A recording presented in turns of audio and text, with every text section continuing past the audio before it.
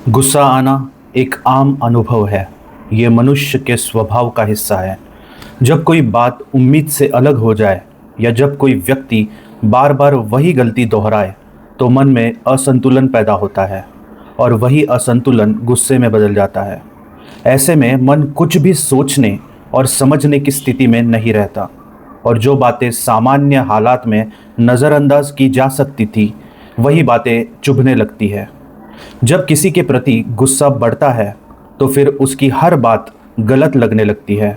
चाहे वो व्यक्ति कुछ भी कहे या करे, मन उसे उसी नज़र से देखने लगता है जैसे कोई रंगीन चश्मा पहन लिया हो और हर चीज़ उसी रंग की दिखने लगे।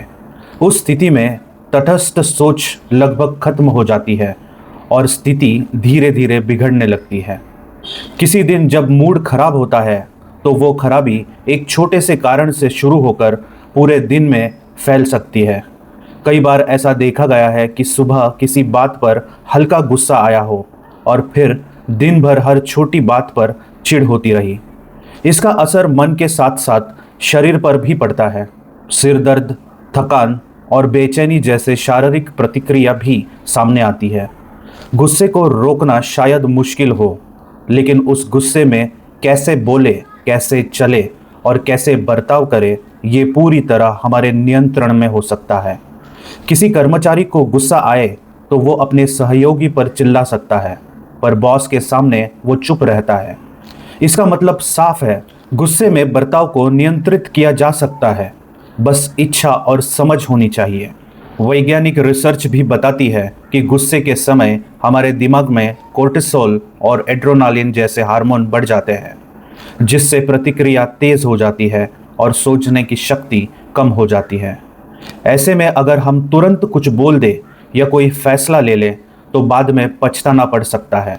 एक बार एक परिवार में आपस में झगड़ा चल रहा था, लेकिन जैसे ही कोई बाहरी व्यक्ति घर में आया, सबके चेहरे शांत हो गए, आवाज़ें धीमी हो गई और माहौल बदल गया।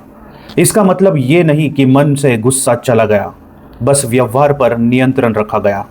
स्कूलों में भी बच्चे दोस्तों से झगड़ सकते हैं, लेकिन जब टीचर आते हैं तो वही बच्चे शांत हो जाते हैं। इसका सीधा संकेत है कि गुस्से को प्रकट करने की जगह और समय को लोग पहचानते हैं।